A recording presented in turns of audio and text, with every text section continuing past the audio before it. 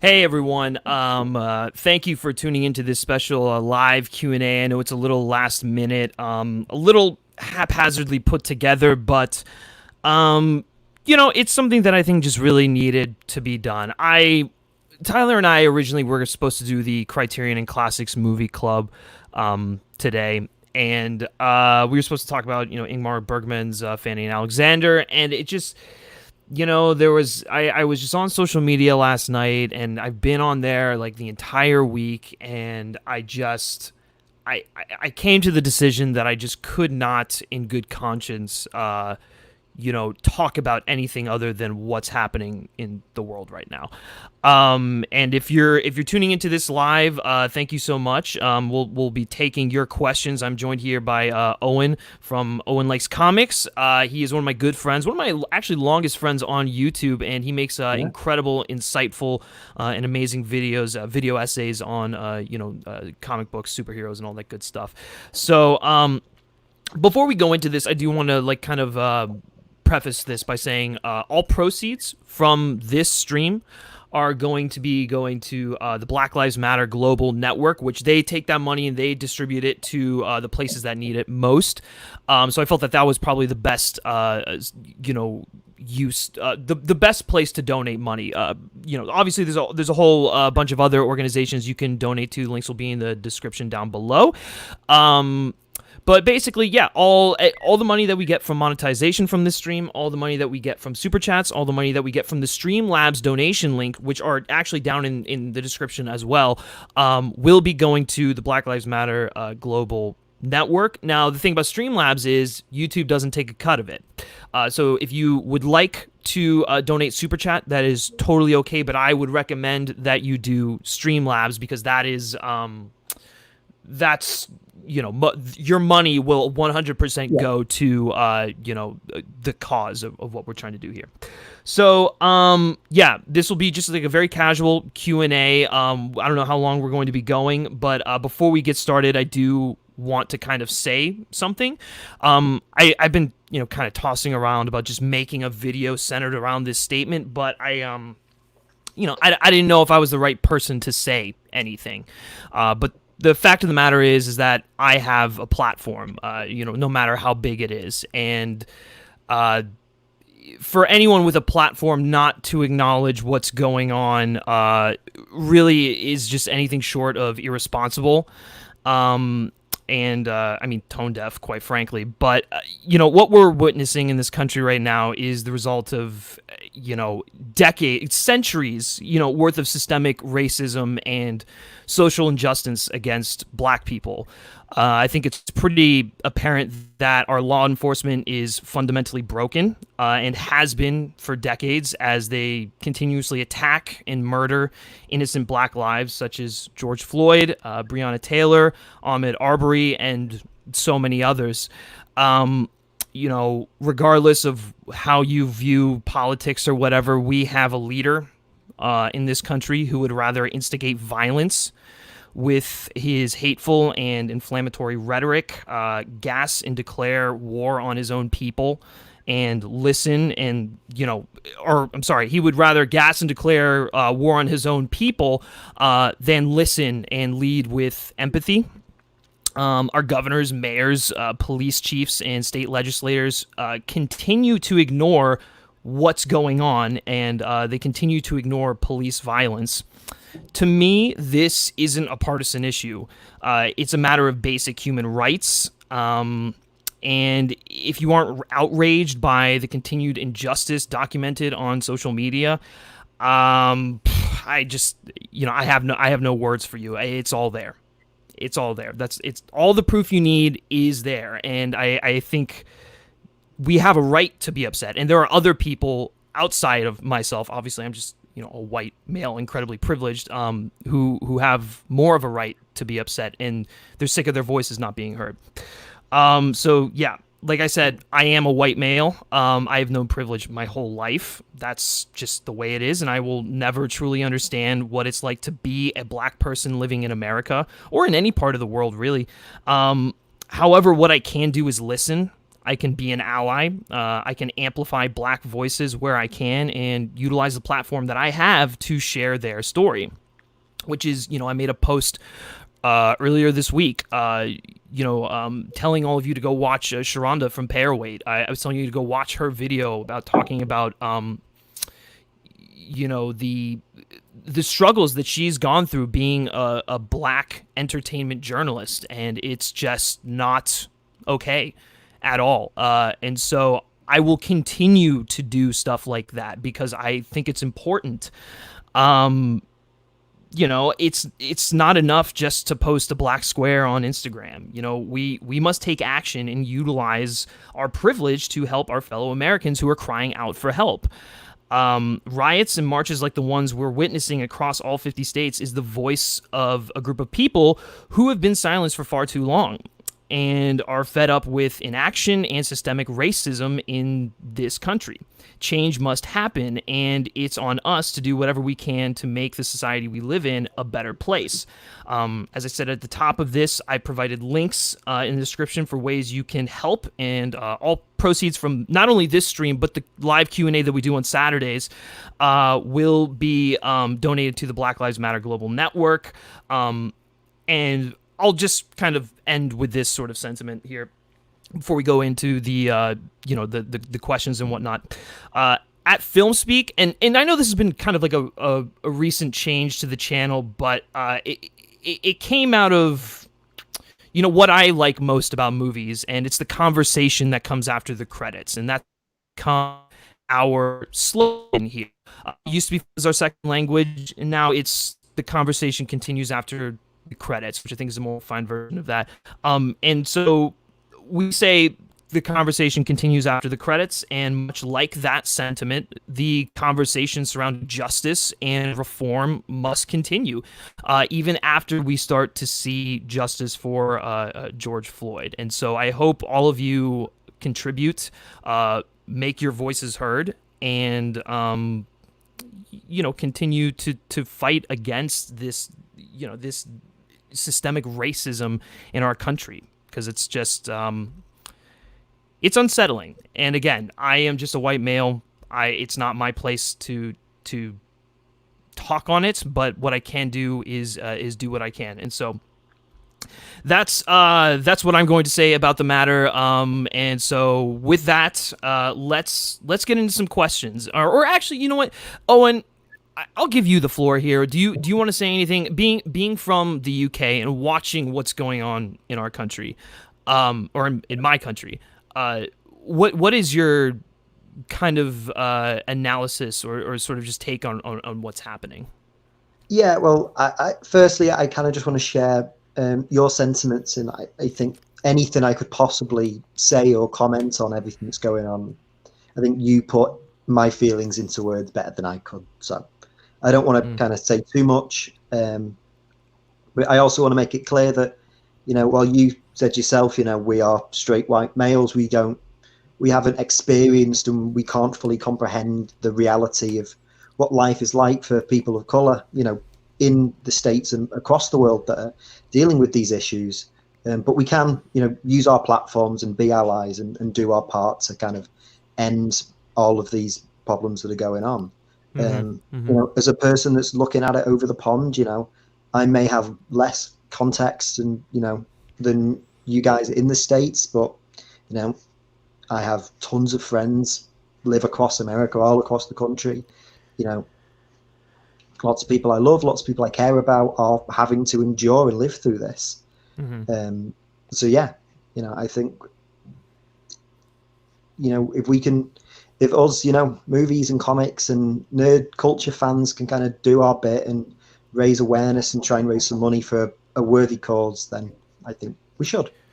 Yeah, absolutely. And I've seen, I got to give a shout out to Jared Buckendall for doing a literally an all-day stream yesterday raising money. Wow. He raised over $800 for, I forget the name of the chair. I think it was the NAACP, the legal fund there.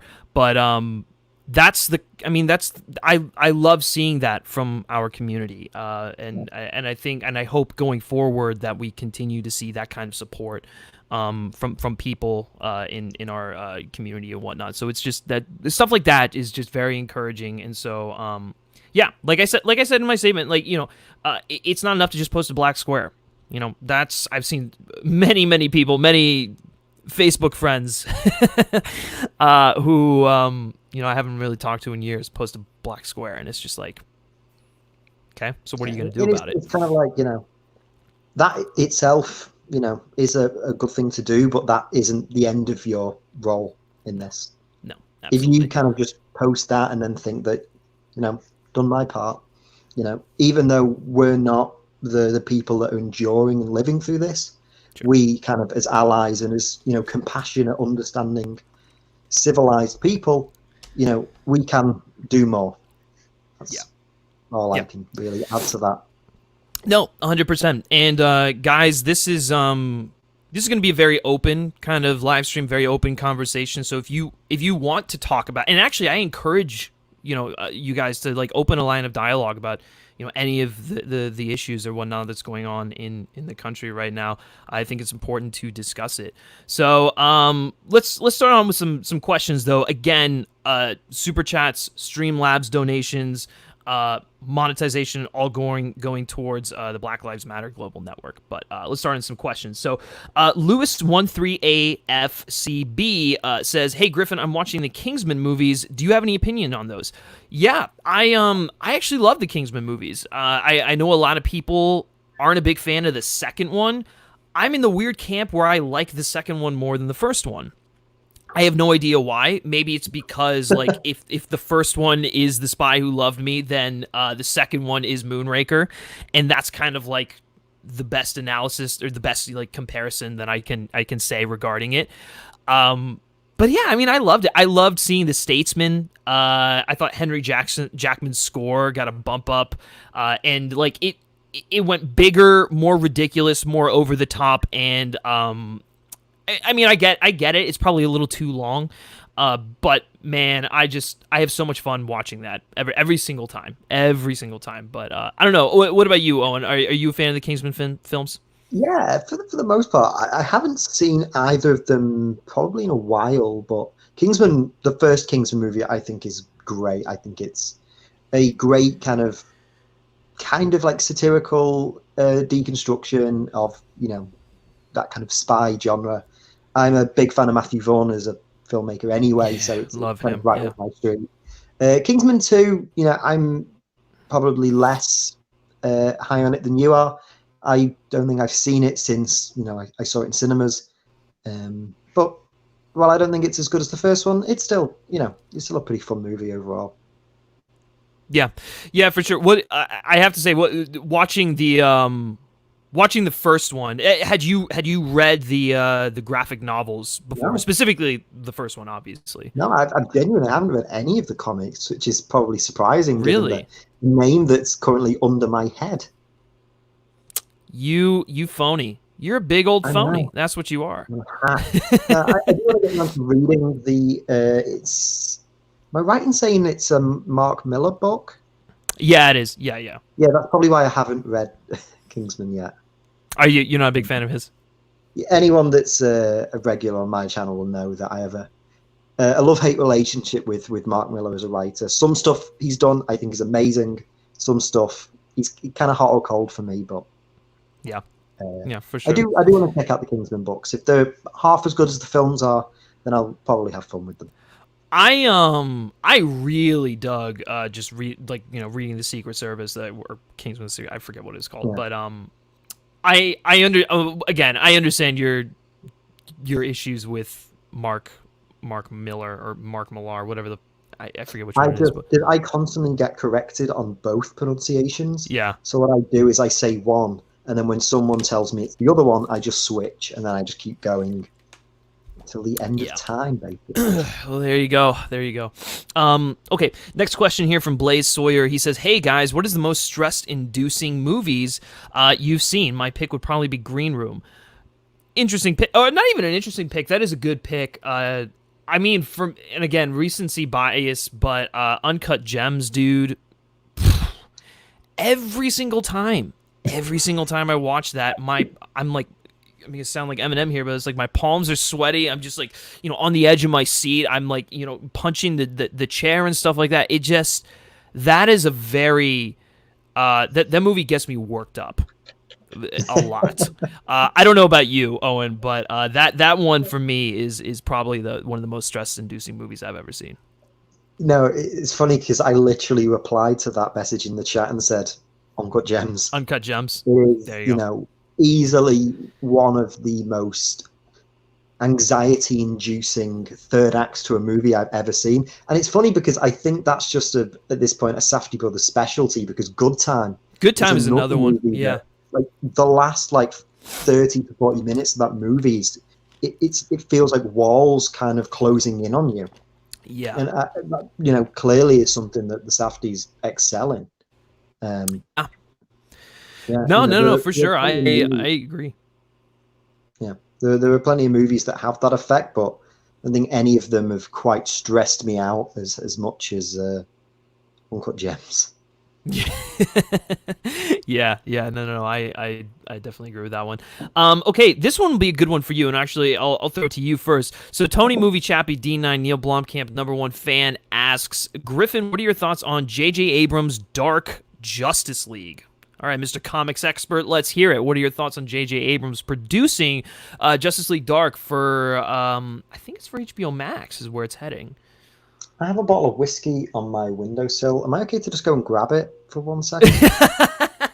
You are. Yes, you are. Yeah. Oh, awesome. Well, this is going to make this stream interesting. No, yeah. So Justice League Dark, or Dark Justice, or whatever they're calling it, is something that WB have been trying to get off the ground since Man of Steel era. Yeah. Obviously, Guillermo del Toro was attached for years. I think he finished a treatment on a movie script, and then the issues was, he has 15 projects he's constantly got lined up. So it kind of never lined up with getting him to direct it. And then, by the time that they, got round to actually looking to make it, the situation at DC, the executives, everything had kind of changed quite dramatically. Mm-hmm. So yeah, it looks like now it's going to be on HBO Max. J.J. Abrams is, I'm not sure whether he could be officially confirmed. I've seen his name linked with it a lot.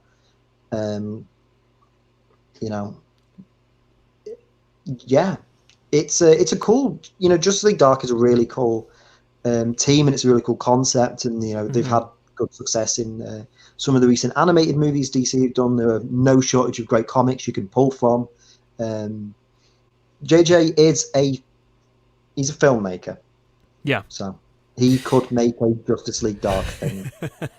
That is the gross endorsement I will give him. That's a gross endorsement. Well, I'm kind of giving him less credit than he deserves, partly because some of his more recent films have left somewhat bitter taste in my mouth. But he, especially whether this is an original movie for HBO Max or whether it's a series, he's got plenty of history in developing both to good successes. I think for me, it's just when I think of Justice League Dark, I can't think of any filmmaker who would be a better fit than Del Toro. So it's kind of a bittersweet thing for me, but if they bring JJ on and he makes it a show or a movie or whatever he wants to do, I'm intrigued.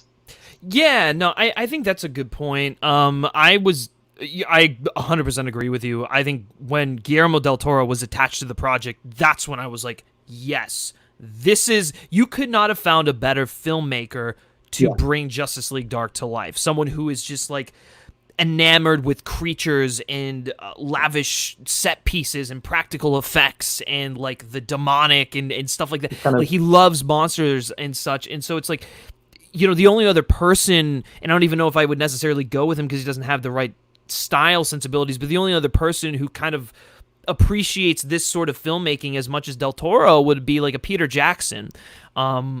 And I don't know if Peter Jackson could necessarily do that sort of thing right. So I agree with you.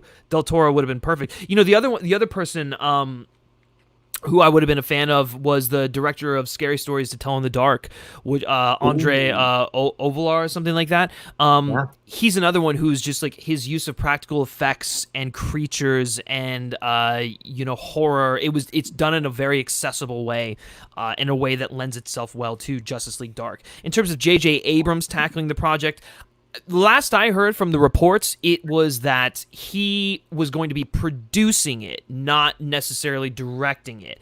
And if we've learned anything, is that J.J. Abrams is a much better producer, I think, at least at this stage, than he is filmmaker. Can I And that's not can I say something controversial that will rile up your audience? sure. Do it. I mean, of course he is. He produced the best of the Star Wars sequel trilogy. There you go. You and Brody, we need to have both of you on a live stream. You guys are the Last Jedi fans. Fair enough. Well, then if you just look at the other stuff that he's produced, like Oh yeah, of 10 course. Cloverfield Just Lane. looking at his work with with Bad Robot and the Cloverfield Yeah. movies. Yeah, and that's the thing. I think it's because of the deal that Bad Robot signed with Warner Brothers. That's why he's attached to produce Yeah. it.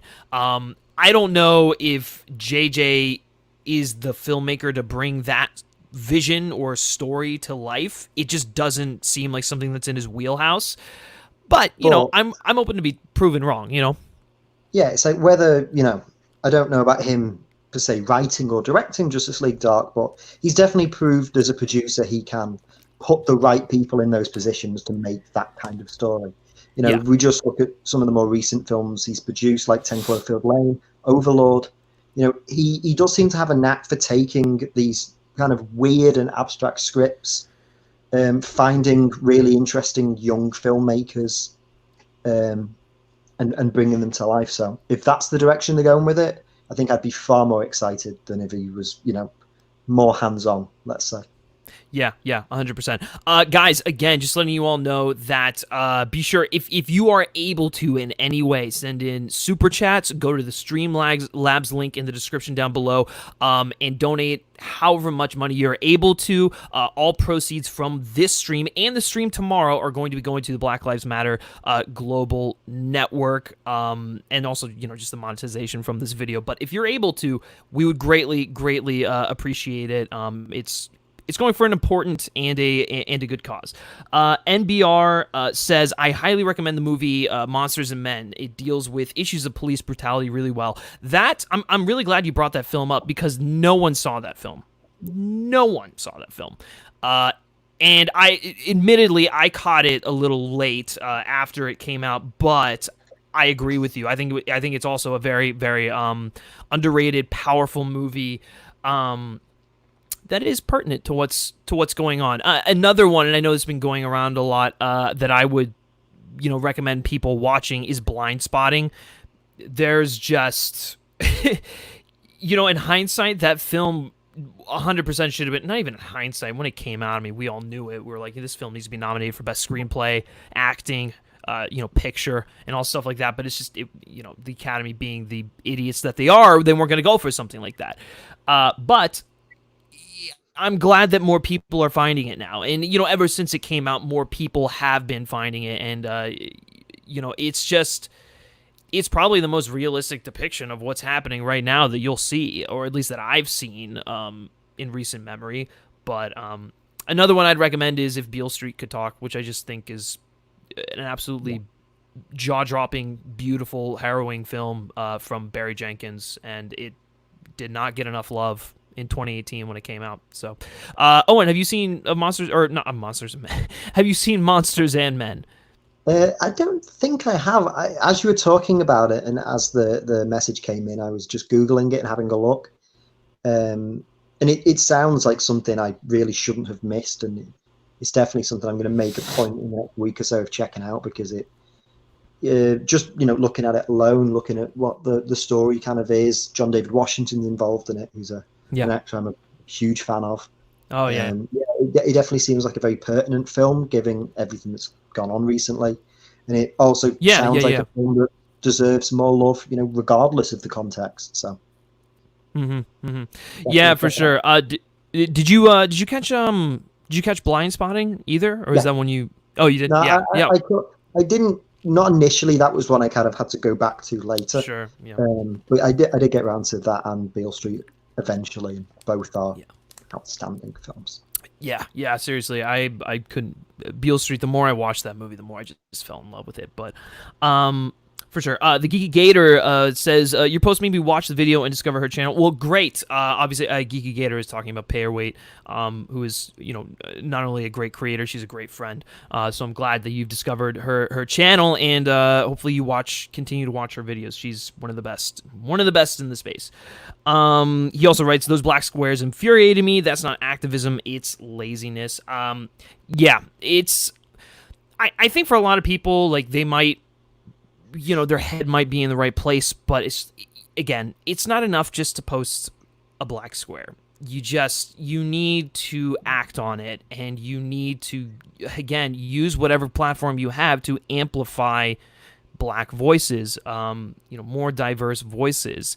It's certainly something that I've tried to get better at throughout being on YouTube. And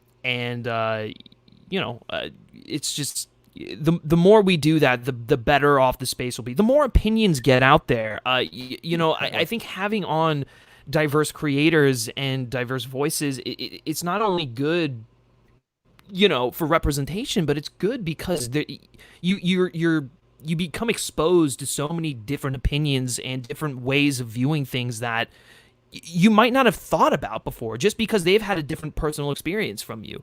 And that's one of my favorite things just about this space in general, Yeah, literally, I couldn't agree anymore. Oh, no, you're good. Well, actually, I don't know how much because I obviously I follow the comic space, not closely, but I follow it. You're a little bit more steeped in it than, or not even a little bit more. You're steeped in it more than me. What is some of your favorite aspects of, like, in that space? In terms of, like, people creating content about comics, or kind of like creators and characters within the world of comics. Both, honestly. Just kind of keeping it to YouTube. There are a number of channels that I admire, I watch, I love, that talk about kind of comics and movies and things like that are diverse voices and people of color. One of my closest friends on this platform, Laron Reedus, is a brilliant creator. I love him dearly. And he, is one of the most knowledged and interesting and fascinating creators I know. Luckily enough that I've not only been a fan of him for a long time, I've been friends with him for a while. Rob from Comics Explained, one of the largest comic book dedicated channels. Marcus from the channel Cosmonaut Variety Hour, which is one of my favorite YouTube channels. I made not to kind of derail the conversation too much, I made a post on social media the other day just talking about, because those of you who might not be too familiar with what I do, I talk about comics, but I'm also a historian, and I like to talk about the history of comics, more in terms of, like, the real world history of how different characters and stories and things came to be. And I made a thing a couple of days ago talking about how superheroes and kind of like comic books as a thing exists down to and because of marginalized groups of people. Superheroes as a whole exists because of Jewish writers and artists that couldn't find work in the journalism industry anywhere else in the 1930s and 40s. And the characters that people like Jerry Siegel, Joe Shuster, Bill Finger, Joe Simon, Jack Kirby, these kind of brilliant Jewish minds created, were so much influenced by their own experiences and their own kind of discrimination in a lot of ways. Superman is like the archetypical, the template, if you will, for what superheroes are and what kind of comics have become now. And that character himself is so made up of not only what it means to be an immigrant, but also what it means to be Jewish. And there's so much of kind of like Jewish culture in Superman that, as someone that's not Jewish, kind of went over my head initially until I, you know, researched it and learned about it. And the same as well, Stan Lee. Well, I'm personally off the top of my head not too sure on his, religious background. The same way I am with other creators, he used his platform to create characters that share diverse voices. The X-Men. Probably the greatest example of that being a way of him to talk about the civil rights movement, but in a way where he could engage, for lack of better words, white readers who otherwise wouldn't listen, if that makes sense. If he had marketed the X-Men as, someone in the chat has just said that Stan Lee was Jewish. I didn't want to just assume that off the top of my head. I thought he was too, but yeah. But yeah, the X-Men was, which is probably one of the more prominent examples of talking about social issues in comics, was created because Lee and Kirby, wanted to talk about what was going on with the civil rights movement. But if he made, and there are probably good quotes from Lee and Kirby about this, if they had made the X-Men as 5 African American superheroes in 1963, would people have read it and have learnt about the civil rights struggle? Yeah. So, although the X-Men were, whites, for lack of a better word, the struggles that they were going through and the issues they were dealing with was a direct parallel to what was going on. It was a good way for people whose kind of minds wouldn't be open to learning about the stories and the experiences of people of color directly. They managed to find a way to translate that. And just in general, kind of comics and the medium of superheroes has always been a platform for diverse voices to be heard, whether that be characters within the pages or characters and creators bringing these stories to life. And, like I said in my things, in the world of comics, we have all these fantastical heroes that fight and defend, discriminated people and marginalized people and stand up for the little guys and fight for truth, justice, equality, liberty, social justice. Unfortunately, in the real world, the closest thing we have to that is guys showing up at protests dressed as Spider-Man, which is great. But unfortunately, we don't have superheroes in our world. So instead, we should, look at these, these stories that we love and look at the real world messages and the context behind them and use them to kind of be our own heroes, if you will. Yeah, absolutely. Excellent set. But I think you did a video on that recently, didn't you, on Stan Lee? Or something. Oh, you did a video on Stan Lee's involvement with DC. It was the post that I was thinking of. But no, I think that's incredibly well put. So thank you for that. Jack Alexander, real quickly, what are your 3 favorite Assassin's Creed games? For me, it goes. Damn. Okay, this is actually kind of tough. Did you play the games or no? I will answer this even quicker because I have not played any of them. So I would say my favorite Assassin's Creed game is Assassin's Creed the movie. Oh, that's a bold hot take. Even though I love the film, the only Assassin's Creed related thing I've seen, and it didn't make me want to play the games. Ain't that a shame? I think I would say 2 Origins and Revelations. Sometimes those get mixed up. I also was a big fan of Unity, and maybe that's just because I like the French Revolution time period. I know that game's kind of buggy, but I don't know. I still dug it. Okay, this one should be good for you. Deep in the Film's Core asks, what is your favorite Marvel movie, MCU, X-Men, the old movies, etc.? So it can be Marvel outside of the MCU. So kind of not just Marvel Studios. Yes, so thank you for opening that up. That's a good question. Just in terms of MCU movies, I think my favorite probably is the first Guardians of the Galaxy. I love that movie. Infinity War, Endgame, both great. Captain America: The Winter Soldier, one of my favorites. Spider-Man: Homecoming, one of my favorites. Outside of the MCU, like half of the X-Men movies are great and half are awful. It's a real mixed bag. Yeah. X1, X2 are both classics. First Class is great. Days of Future Past probably is one of my favorite comic book movies. Deadpool 1 again. I think that's one of the most unique and most transformative comic book movies that we ever got. Logan is, I wish more people loved Logan. And I think that people in our circles love Logan, but Do most people that you talk to not like Logan? That's so I weird. don't mean that most people dislike it. I wish it was this mainstream thing that other. Like The Dark Knight. Yeah. Yeah, and the same way, like more like as far as like dark deconstructions go, like The Dark Knight is like this mainstream film. Joker has become this kind of mainstream thing, and as good as they are, not to throw shade on The Dark Knight, but as good as something like Joker is, part of me is like, give Logan that love. It's no, great. I think this is a good point, and I think part of it is just because people love Batman. I mean, just people love the character of the Joker, and people love Batman, and a Wolverine movie. Whereas Joker was so clearly marketed as a one-off. Yeah, I don't think Logan is a continuation of like a 20-year saga.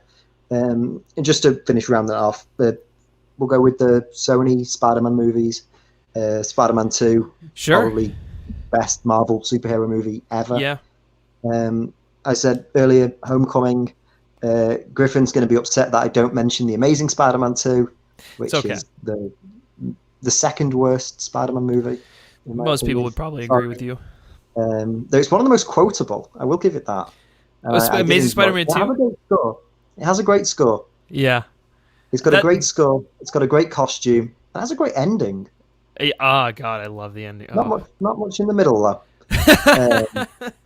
The part where the part where Harry the part where Harry and Peter are like bonding, and then Peter's like, that's the question that Brody. And he's like climbing over the guardrail thing. Yeah, Brody and I quote that one all the time, like especially when I'm asking him for advice on something. Like I'll just text him something that he'll be like in Andrew Garfield, Peter Parker voice. That's the question. It's just like, God, I hate this. I think the line I quote from that movie the most is, and me and my friends have this running joke. It's the scene. It's the one I quoted. That I need your blood scene. It's when Peter like swings out and how he's like smashing his apartment up. He's like, "You're a fraud, Spider-Man. You're a fraud, Spider-Man." Yeah, it's. Not good. Danger harm in things. Yeah. They were good times. Yeah, it was a good time. But yeah, if I had to just rank three off the top of my head, that like my three personal favorites, Marvel. Off the top of my head, we'll go with Logan because it's great and I should watch it again. I'll go with the first Guardians movie because it's the best, and I'll go with Spider-Verse because I love me some Spider-Verse. Yeah, no, for sure. I think, I agreed. Logan. I mean, Logan is probably the best one, honestly. Outside of maybe Spider-Verse. Spider-Verse is like that's magic that film even exists. I have an unadulterated love for Into the Spider-Verse. So. Yeah, it's a perfect movie. I described it as an addictive movie. Yeah. Like the feeling I got watching that movie in cinemas was, unrivaled to many other things I've experienced. It's truly a joyous film. Yeah, it's beautiful. Endgame, I love, and then Captain America: The Winter Soldier for sure. That one's just love that movie a lot. You know what? I'll give a little shout out to the Ant-Man films too. The Ant-Man films don't get enough love. Yeah, why do people dislike Ant-Man so much? That's the question. The Ant-Man movies are hella fun. Ready for a hot take? I wish the Spider-Man movies were more like the Ant-Man movies. There you go, folks. You heard it here first, and I'm glad that you said it. Well put, sir. Okay, so Tony Movie Chappie, D9, Neil Blomkamp, #1 fan, asks, what are you guys' thoughts on John Campia's latest videos? So I guess are you referring to like something that he just put out? Because I haven't actually watched much of his content recently, but I don't know.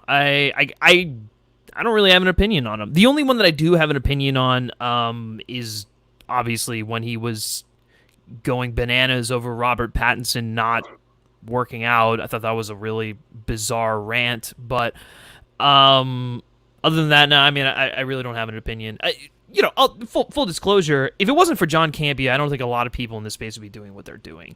I mean, he is kind of an inspiration just because he was one of the first people to start doing this stuff.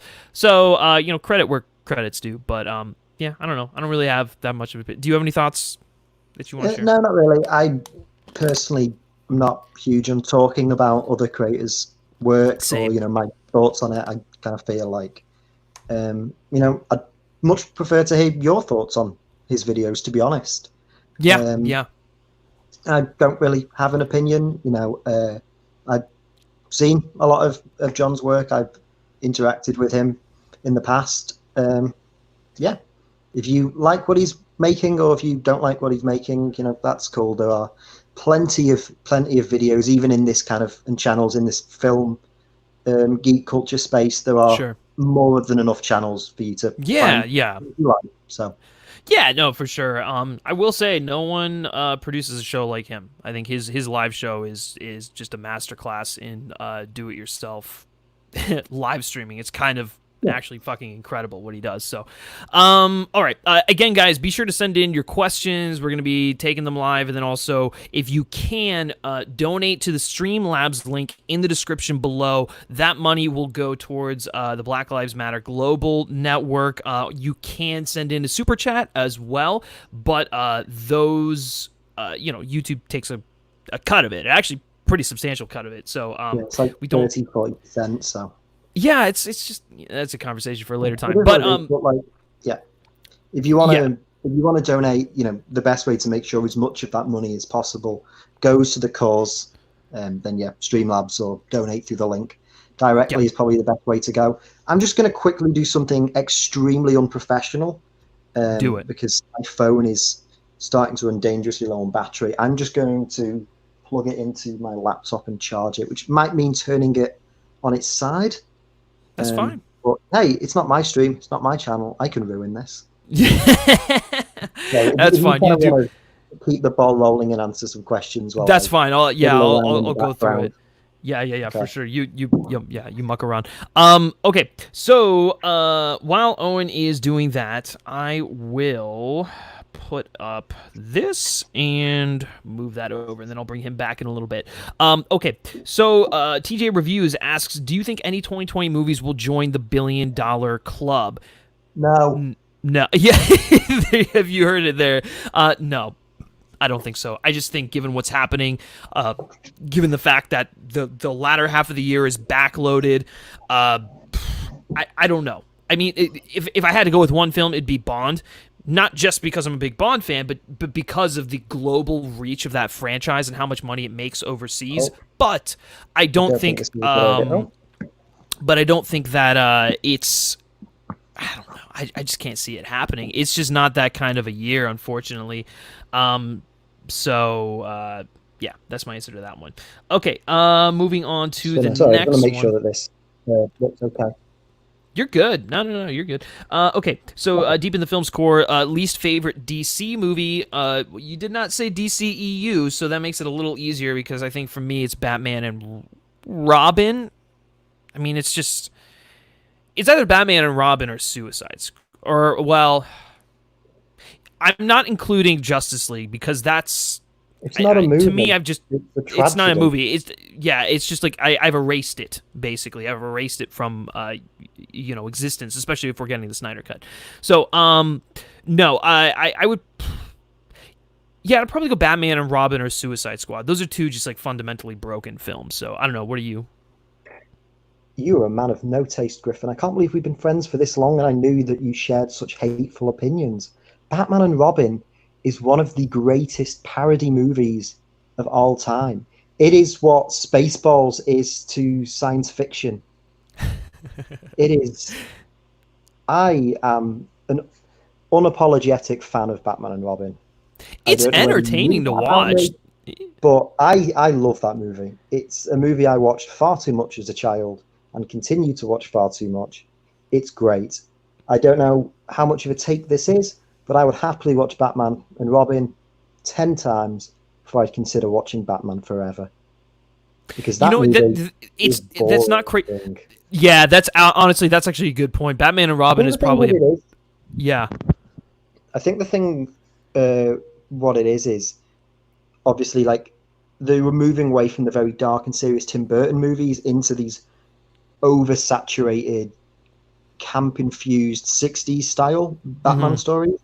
And Batman Forever is like weirdly caught in the middle of the two. It's like it's still trying to be the Burton films, but it's also trying to be the '60s show, and it's a weird blend. And Val Kilmer creeps me out in it, and Chris O'Donnell is not the best, and Tommy Lee Jones is should be amazing as Two Face, and he's not.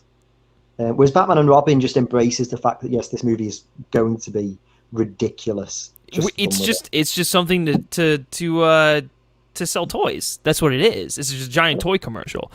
Uh, I mean, I can't believe you didn't say the obvious example of what the worst DC movie is, which is Catwoman. oh shit! I didn't even. That's how much of an impact that film has had on me. I don't even remember it, but I remember for how fucking awful it is. That's for sure. The only reason why people should remember that Catwoman exists is that my friend over at Brown Table made a great video talking about why it's the greatest comic book movie ever made. So go Was check it a that out. parody video? Yeah. Yeah. Love to see it. Love to see it. I see we got some new people in the chat, guys. Thank you so much for joining this. If you are just now joining it, for the people who are watching, sorry, don't mean to repeat this, but this is a live stream for charity. All the proceeds that we make from monetization, from super chats, from Streamlab donations, that's all going to go towards the Black Lives Matter Global Network. And now we're also going to be doing a stream tomorrow at 10 a.m. That's our regular weekly live Q&A, and same rules applies. All the money we get from that will be going to the Black Lives Matter Global Network. So if you can donate, there is a link in the description below where you can either donate directly to the Global Network, or you can donate through Streamlabs, Super Chats, all that good stuff. So just letting all the new people in here know what's going on. And I see Matt Draper is actually in here, so it's good to see him. Matt, the real question is, why aren't you on this stream? But he asks a very important question. He wants to know, Owen, can you show off your guns like Griff? Can you? Are you capable? This is a tank top friendly live stream. I've come to realize. I could have a tank top on under this. I don't want to steal your thunder, man. Like, you've got this whole gym bro aesthetic going on. You've got the tank top look locked down. I'm not going to come onto your channel and steal your look, okay? I'm going to be respectful. I'm going to be a good guest. I'm going to let you have that. That's a cop-out. Anyways, Matt Draper also asks, a question for Griffin. If you could cast Owen in any Bond role, what would it be? Great question. I just want to point that out before you tell me that. I have absolutely no context of what character you'll give me. Because, and Griffin will say this and will be upset whenever I say this, considering how long we've been friends and the fact that I'm British. I don't care about It's a Bond. disservice to your country, sir. How dare you? To answer your question, Matt, my pick would be Q, and I think it's Ben Wishaw's character. Oh yeah, yeah, he seems fun. That tracks. That makes the most sense. He's the gadget guy, isn't he? Yes. Okay, that shows you as much as I know. I thought it's either going to be the gadget guy or the person that like runs the thing. No, you're not M. You're not old enough. You haven't seen enough. You haven't lived and experienced life enough to be M. But you are you're incredibly well read and educated and smart, so I think the obvious answer is Q. I don't know. Maybe you're like some villain. I have no fucking idea. But that would be my guess. John Early actually is in here. He's saying, I enjoy Owen Lake's comic Spider-Man 3 video essay. Have you seen it, Griffin? I have. I also enjoy You're really on the spot there. Video. I know. What the fuck? Of course I watch your videos. Like, oh man. But I think it was really on the line for a second then. Wow. Yeah, I know the friendship it's been on the line many times during this stream for sure. Um, okay, No, yeah, thank you for the kind words about that Spider-Man video. I'm really proud of that one. it's a good one. That is me at my spiciest takes, telling you why Spider-Man 3 is actually not the abomination of the trilogy like people make it out to be, and is actually, you know, in terms of the themes of that film, is a great way of continuing on the story of the last two movies. And for what it's worth, I think that movie is slept on and kind Have of you gets a lot of seen? credit it deserves. Have you seen the editor's cut? Just out of Yeah, curiosity. that's kind of what inspired me to make that video. And Yeah. I actually, when I use clips in that video, I use a lot from the editor's cut because Mm-hmm. the theatrical cut was kind of in the same camp. The Batman and Robin is. It's kind of like a dumb movie that I enjoy watching because it's Sure. dumb. But then when I watched the editor's cut and I read and heard about what the editor and what Sam was trying to do with that movie, and it kind of recontextualized a lot of the things in it with me, especially a lot of the stuff with emo Peter. Yeah. Yeah. Almost kind of being like I don't know the best way to describe it. Like this almost like toxic masculinity kind of ego power Yeah, trip. yeah. No, well, I mean, it's like Peter uses the suit as a vice, and you just Yeah, see exactly. like It's how kind of like, addictive and yeah, yeah, it's kind of like a movie about addiction and yeah. someone that has nothing usually suddenly getting so much and not knowing how to control it. Well, I don't think it's as good as Spider-Man 2 per se, but No. I do think there's a lot more interesting stuff in that movie than is kind of given credit for. But yeah, thank you for bringing that up. I'm glad you liked it. No, and I'm glad you brought up the editor's cut because it's the only version I can watch of that movie. And I think certain scene placements work a little bit better. The addition of some of the Sandman stuff obviously works a lot better. I still just, at its core, it doesn't really work. I mean, it's my least favorite Spider-Man film. I can't get into You're it. You're a fraud, Griffin. I know, I'm a fraud. Anyways, earlier in the chat, Zeke Gonzalez Anzaldi asks, will your favorite movie of all time ever change? Maybe a new release by the end of your life dethrones it, or you just come to appreciate another movie and it becomes your favorite. Great question, man. Thank you for that. So, I think it's entirely possible for for your favorite movie to change.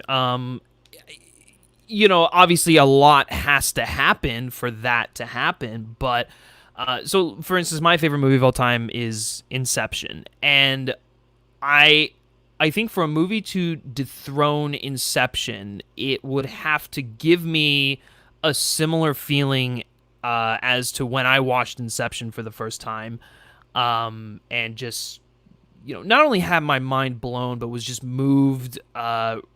Realized the potential of cinema, understood that there is an auteur behind the camera, like telling a really excellent story with just, expert craftsmanship. I could go on and on and on, but like, I think for that to happen, I just have to get a similar feeling, but like obviously better. And so, I'm not saying it won't happen. I mean, for God only knows, Tenet could dethrone it. Who fucking knows, honestly. No Time to Die could dethrone it. But I think when you're talking about some of your favorite movies, a lot of them, for a lot of people, their favorite movies are films that, either impacted them when they were young, have some tie to a personal anecdote or something like that, and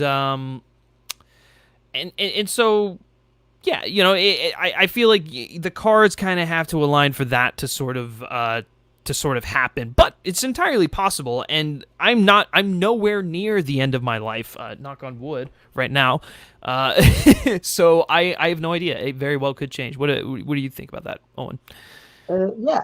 I think I think if you're telling yourself it will never change, then you kind of stopping it from ever happening. If that makes sense. Like, yeah, that's true. Yeah. You don't know what movies are going to come out in the next however many years. That you could spend the majority of your life thinking, this movie in particular is my favorite movie.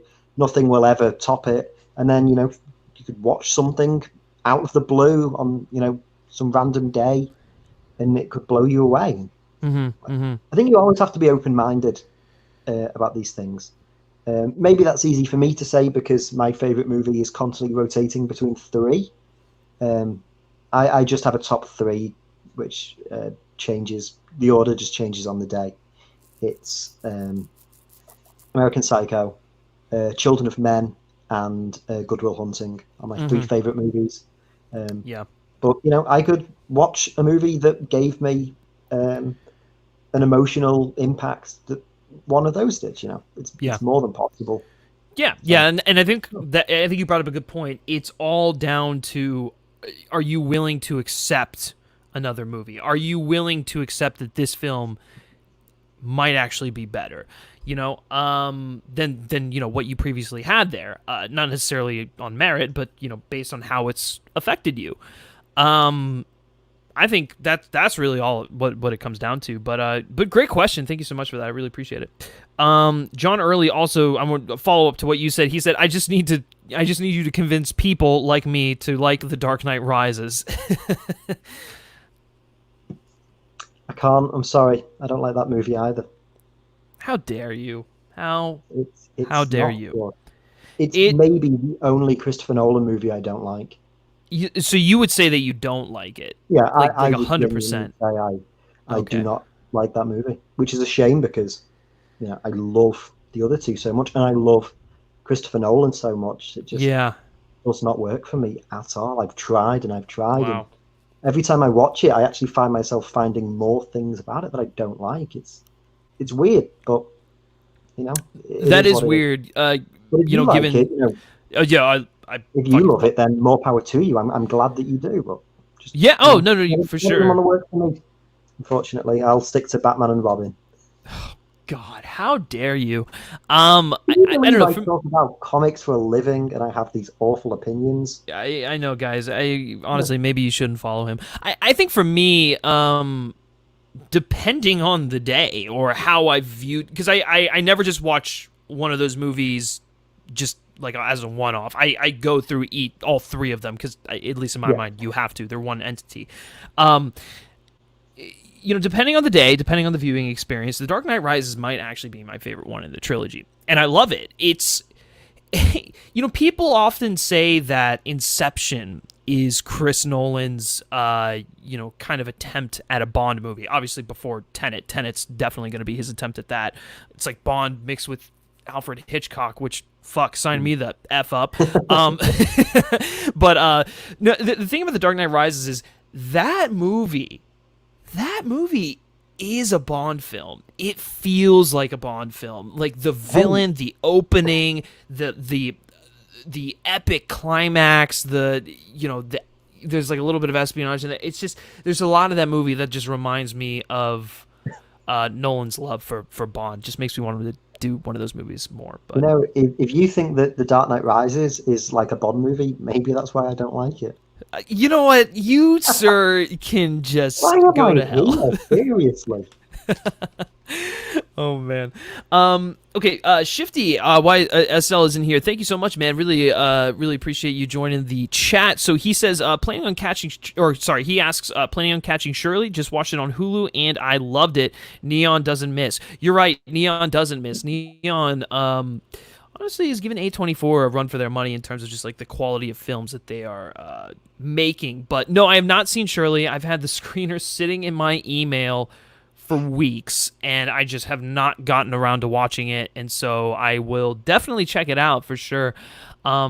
Maybe do a review. Who knows? I mean, by the time I get around to watching it, it might be too late. But yeah, no, I will definitely check it out, and I'm glad to hear that you enjoyed it. I've heard a lot of great things about it, especially Elizabeth Moss's performance. So good stuff on that. Okay, real quickly, TJ reviews. What is your favorite X-Men movie? For me, it's probably First Class. I think, yeah, I think it's First Class. What about you? I kind of answered that earlier, but I will reiterate. if we're talking about like exclusively X-Men team movies, Yeah. probably Days of Future Past or X2, though First Class is a safe third. But if we're including any of the X-Men movies, then it's Logan. But yeah. Yeah, for sure. Okay, another one for you, Owen. Owen, what are your favorite period or historical films? Oh, that is a great question. Really throw me on the spot there. And For he some doesn't reason, know. and I know another question says historical fiction. Oh, sorry, historical So fiction. Yeah. I'm just going to go to the one that I'm talking about and thinking about and watching the most recently, which is Little Women.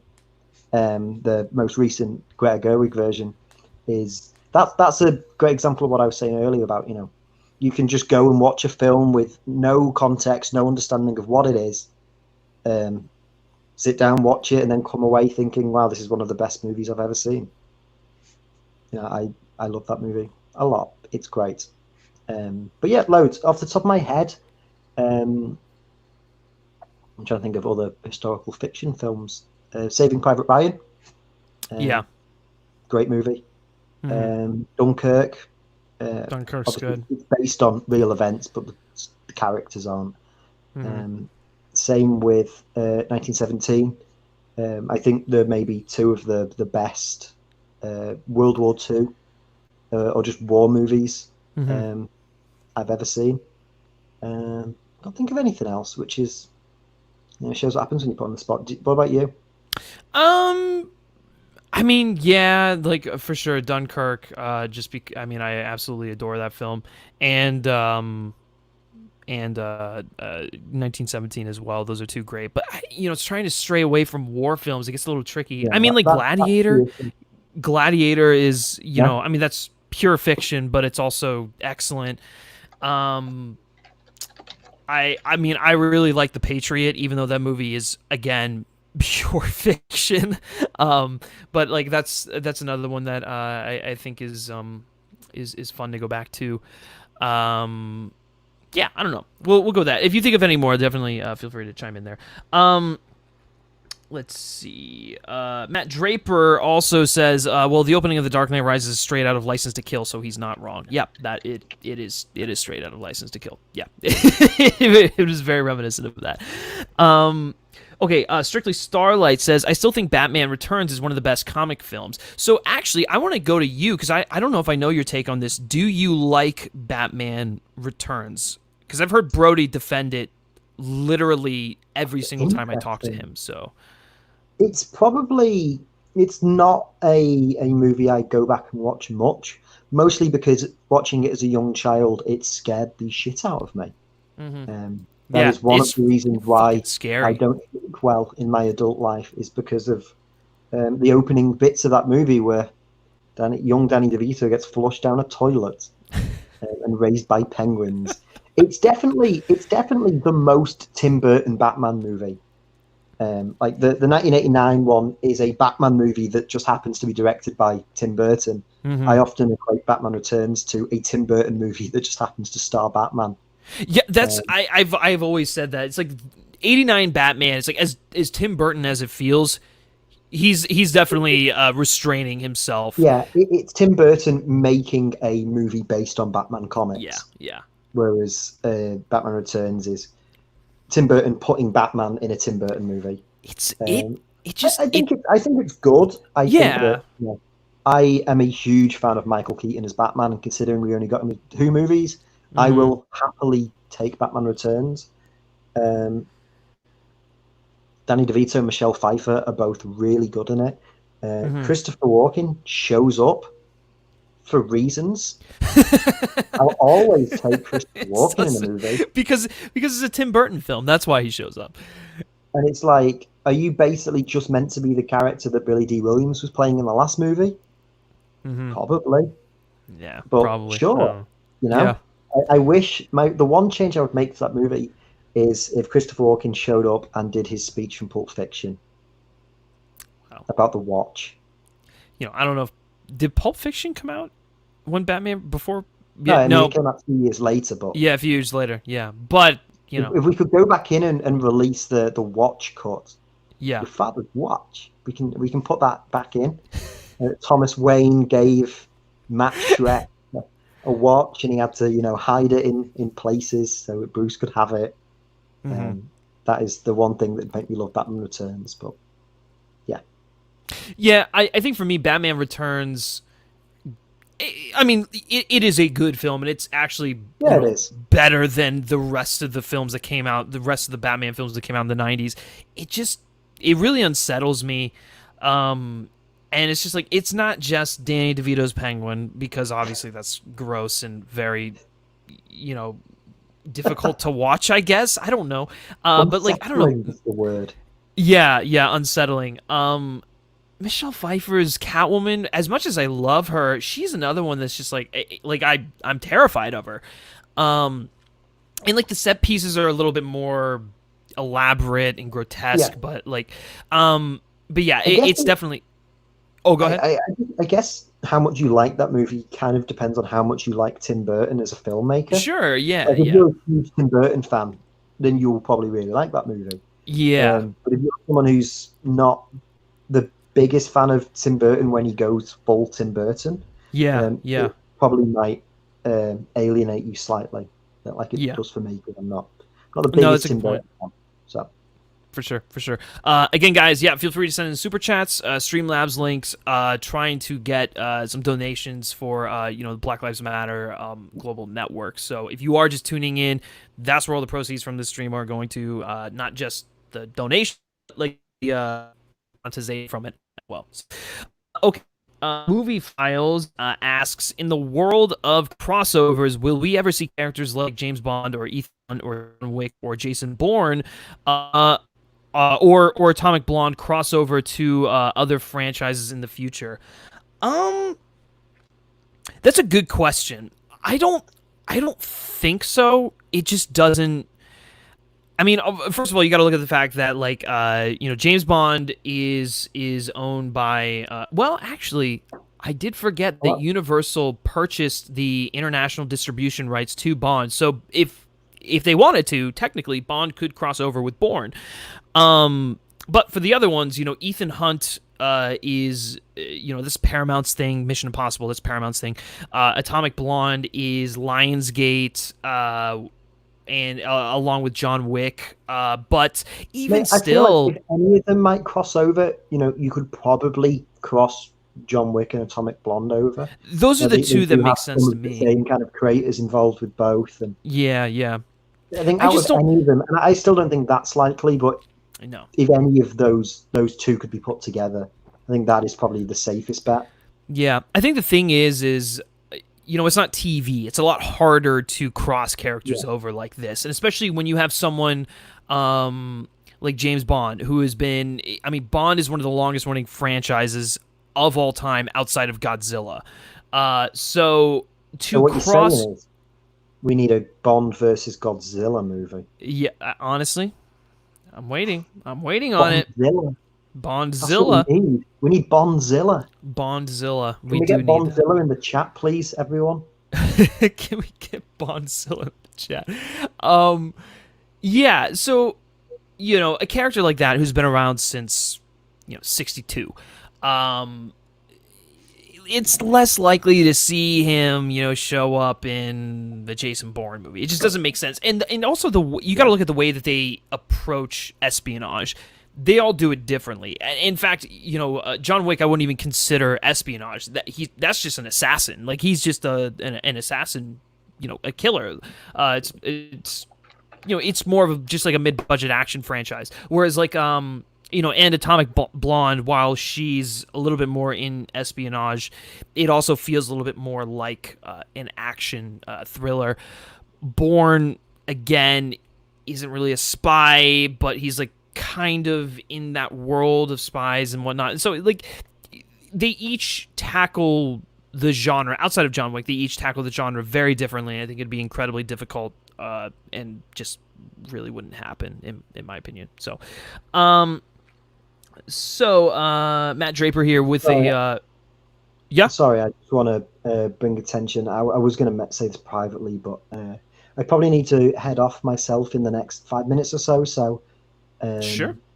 by all means, I'm not telling you to just No, stop no, no, no. streaming or You're good. Yeah, yeah, interrupt me. yeah. Uh, Well, It's just my phone isn't charging as it should.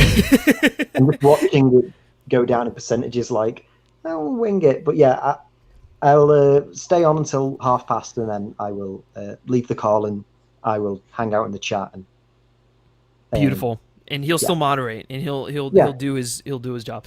Anyways, So from I'll take the next like 3 minutes worth of questions, and then I will yeah, dip out. sure, yeah. Matt Draper here. Thoughts on films of Michael Mann? Love Michael Mann. Heat probably is my favorite movie that came out the year I was born. It's either Heat or Goldeneye, which would be 95. So but yeah, I mean, like Heat, Collateral. I even really like Public Enemies, the one he did with Johnny Depp in it. But I don't know. That's a Michael Mann movie. Yeah, right. It's I always weird. forget that that's one of his films. Yeah, he hasn't done a film that's really knocked it out of the park though in a while. But I still love the guy. I mean, he's still excellent. Are you a fan of his? I probably haven't seen as many of his films as I should.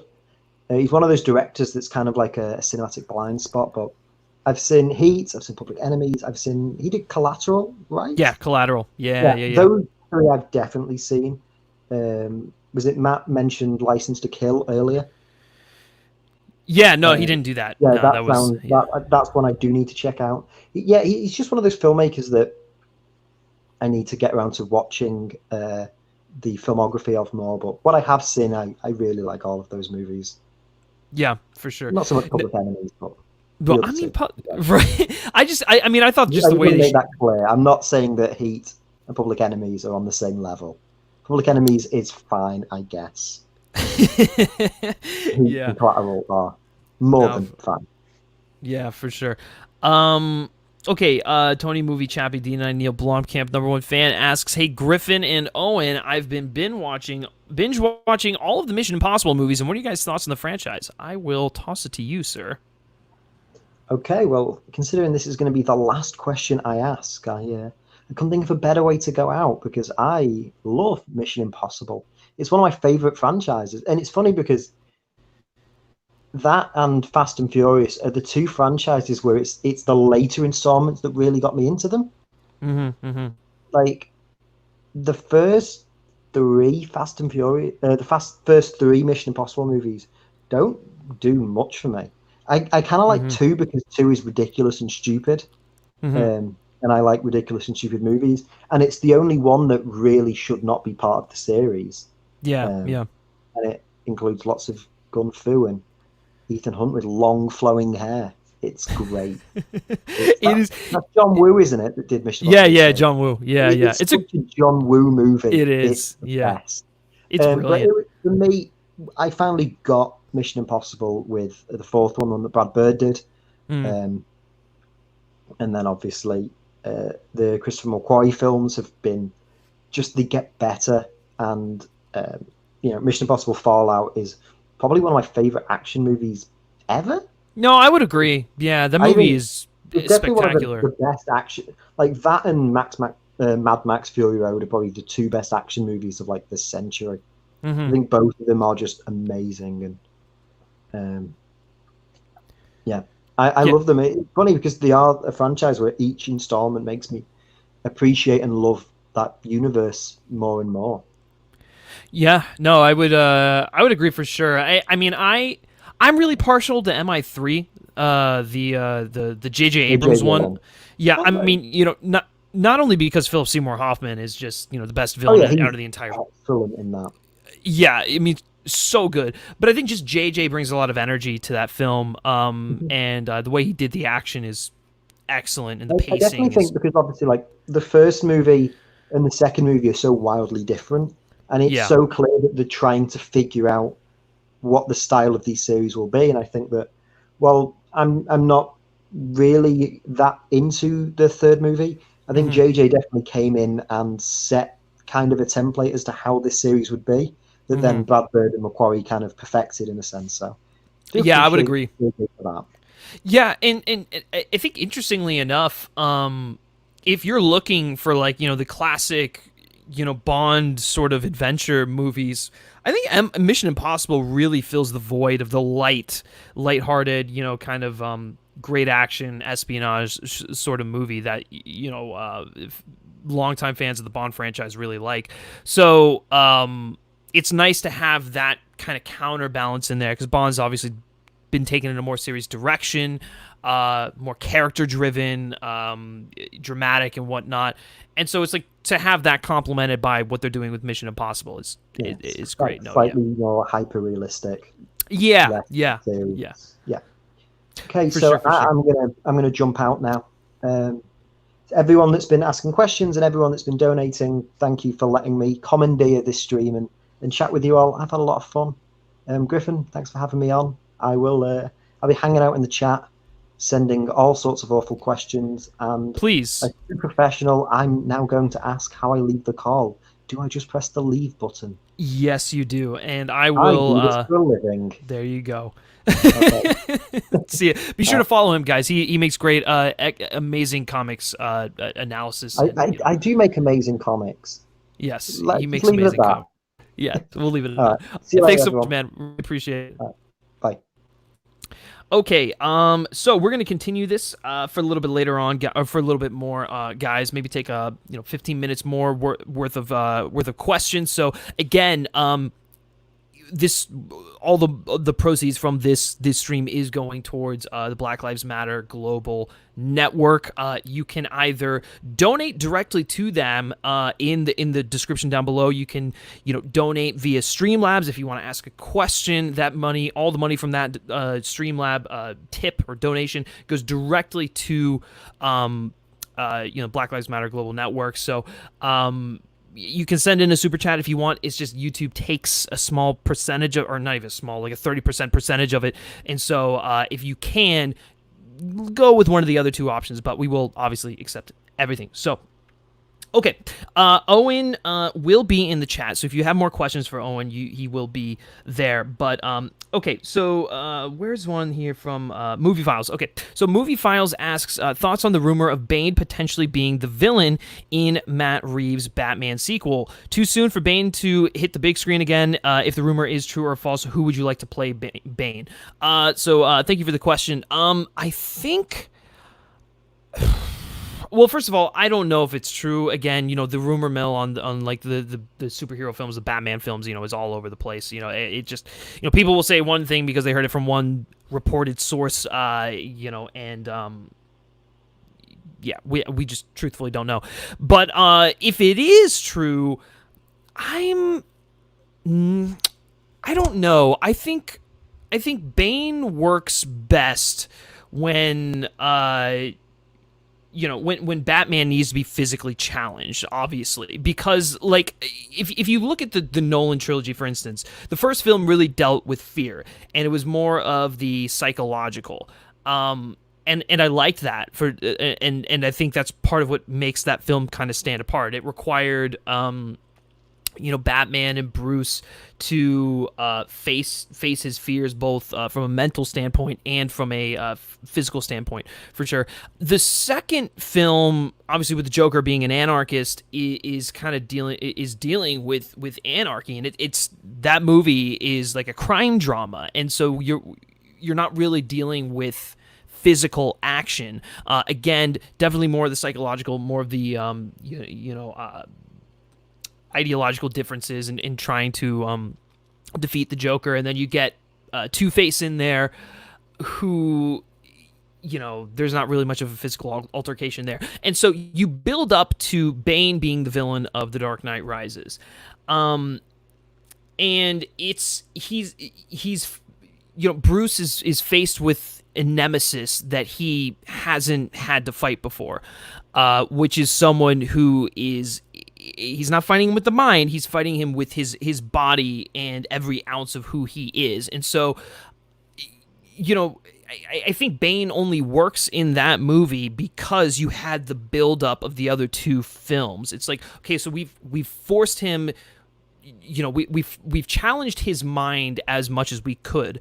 And so now we get into the third one, we're like, okay, we need to give him a physical nemesis, and so Boom, there you go. And they also did a good job of adapting the Nightfall comic line. And so if you're going in that sort of route, I think um, Bane's a good villain, but he's never been one of my favorite Batman villains, just because, if you read the Nightfall comics, it's just like they brought him in to break Batman's back. Like they just did it so that there was a villain there that could just go, all right, see you, Batman. And then, obviously, Azrael kind of takes over there and whatnot. I think it was Azrael. I can't even remember. But anyways, so do I want to see it? If they have the right story and if Bane is used in the right way. I think it was really clever what they did with Tom Hardy in The Dark Knight Rises. But if he's going to be like, the big bumbling like sumo wrestler from, or not sumo, the luchador from, Batman Forever, no, I don't really want to see it. Although I don't believe that, they would ever revert back to that sort of thing. So, yeah, I don't know.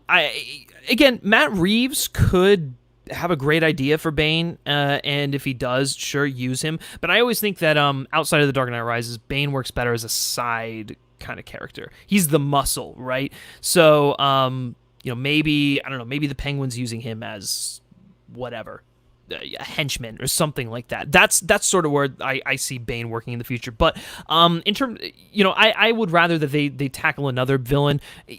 My God, give Mr. Freeze a fair shake. Arnold Schwarzenegger and Batman and Robin, while campy, while really fun, it's, there's so much more that can be done with Mr. Freeze, and in such a compelling way. Because all you have to do is watch Heart of Ice, like the Batman the Animated Series episode that focuses on Mr. Freeze and the relationship with his wife, and why he kind of turned into the person. He is the Batman villain who I think you can empathize with the most, and so I want to see him get a fair shake. So that would be my pick, and I think Matt Reeves could be the guy to do it, especially with everything that we're hearing about his Batman film right now. I also don't know if Matt Reeves he's probably planned out a trilogy, but I also don't know if he has the villains in mind for his sequels just yet. So we'll see on that one. Let's see. We got some more people in the chat here. Thank you so much for joining. I'll try and get to as many questions as possible. Owen saying, I want to see Deathstroke in a live-action Teen Titans movie. That would be awesome. Deathstroke he's cool. And I like it because, like, he's all about the aesthetic. He's all about the look, right? And he's obviously really cool and like really talented assassin and whatnot, but it's just like I love that someone like that goes up against a bunch of kids who are they're teenagers. They're still trying to figure out how to use their powers and stuff like that. And that's part of what made that kind of dynamic in the Teen Titans animated show so great. So if they can adapt that for a live action form, oh my God, sign me up. I'm so in for that. John Early also says not just Mr. Freeze, give Poison Ivy a fair shake as well. I totally agree with that. And in fact, I think that we have a good chance of seeing Poison Ivy in either a Birds of Prey or Harley Quinn sequel.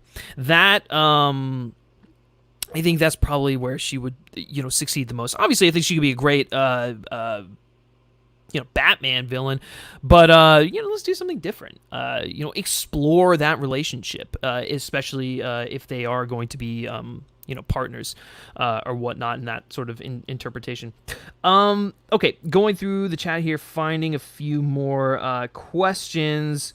Owen also says if they do put Bane in a movie, I'd be all in for Dave Bautista. Dave Bautista is a great casting choice. Oh yeah, I didn't answer the casting part of that question. Yeah, I don't know who I mean, Dave Bautista is a good one. Obviously you want to get someone big in there, but as Tom Hardy kind of proved, you don't need the stereotypical just like really super buff luchador kind of guy. So anyone who's willing to bulk up, I'd say is good for Bane. Okay, let's see. Going in here, Movie Files had another question. There we go. Movie Files had a great question here. He said, with the talk of all the director's cuts in the news, if you had to pick one film that you would like to see a director's cut film, what would it be? Good question. One that I really haven't thought about before. I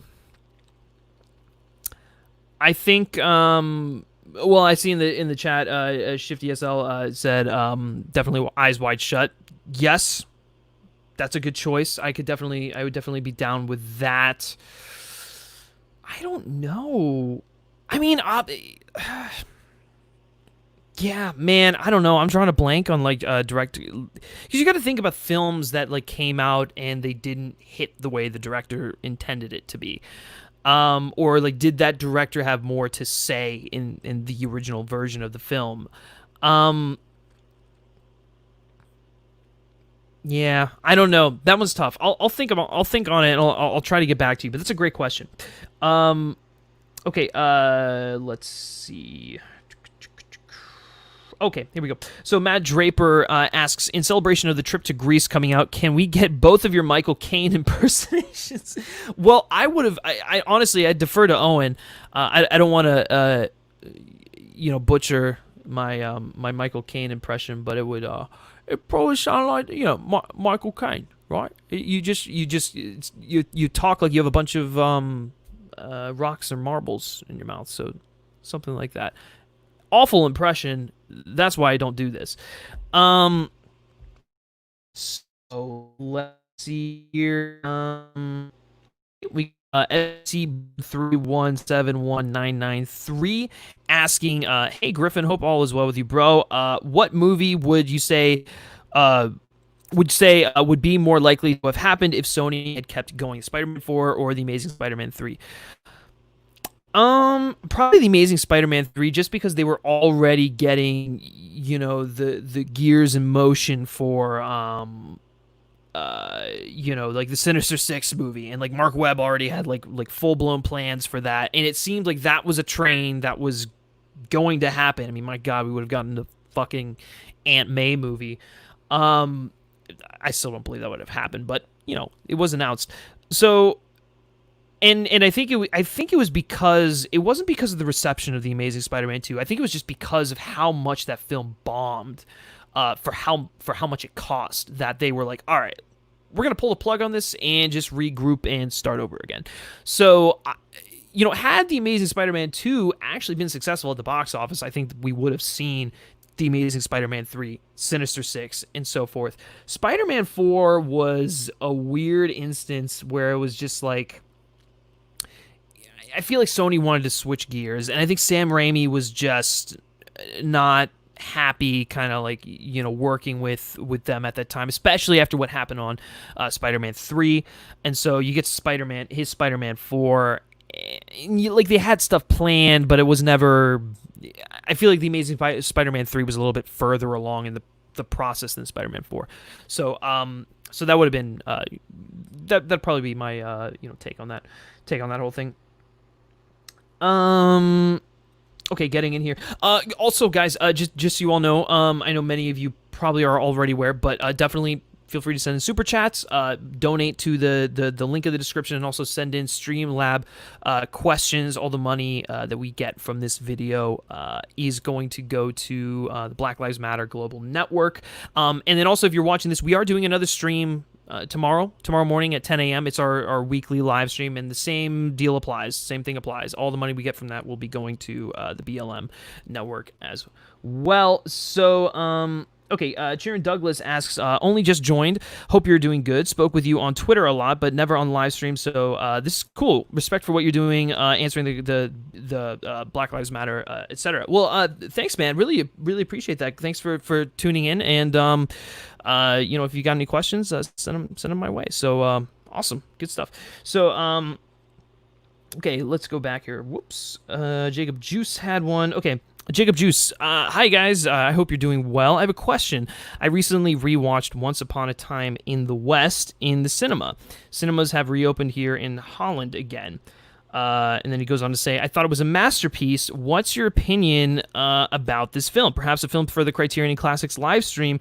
Thanks for the great content. Well, thanks for the question, man. Always love, your support, and love you showing up in here and asking great questions. So, Once Upon a Time in the West is, I don't think people give Sergio Leone enough credit for that film. You know, like when everyone thinks of Sergio Leone, they always go to the Dollars trilogy, and rightfully so. I mean, those movies are just, I mean, they're some of my favorite westerns and just films ever, especially The Good, Bad, and the Ugly. And I actually really like the second one, which is for a few dollars more.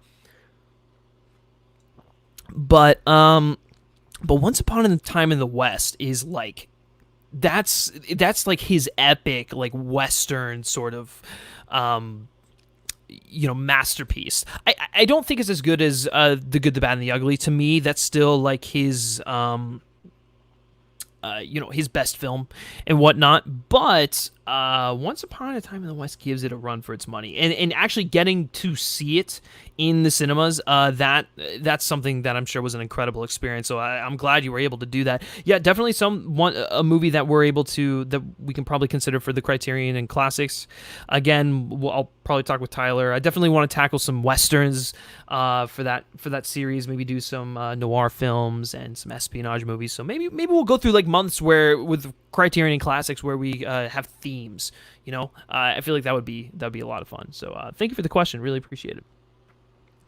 Okay, going in here. Shifty SL asks, what's your pick for Criterion Classics after Fanny and Alexander? I just watched Lahane on the Criterion channel, and it's extremely relevant to everything going on. Oh, and it's in my top 3 of all time. Yeah, so Tyler and I actually don't have a we don't have a film yet for the film after Fanny and Alexander. We usually kind of just like decide the night before what the one we want to do next is for that one. But given everything that's going on, we kind of just like took a step back from that. Hence why it's live now and the Criterion class earlier. So don't have a film in mind, but was thinking of doing one of the movies from the black filmmakers, because they recently opened up the paywall on that to expose people to some of the work that black filmmakers have been doing for years. And so definitely we'll take a look through those, and well, it's accessible to everyone, so you don't have to pay for it, so that also might be a great way to do it. So I definitely, if you've got recommendations, feel free to send them our way. Lahane, I'll definitely run that by Tyler. Maybe that'll be one we tackle. So yeah, and it's in your top 3 of all time. There's that if there's any words that would make me want to watch that more, I think that right there, that's all you need. Okay, guys, going to be taking just a few more questions here, so feel free to send in your last minute questions. Again, if you have not donated, feel free to donate it, but we will also have a stream tomorrow where you can donate as well. Okay, Cheerin Douglas asks, what's your dream director, actor, actress team up? For me, I think it would be Nolan and shoot, I had it.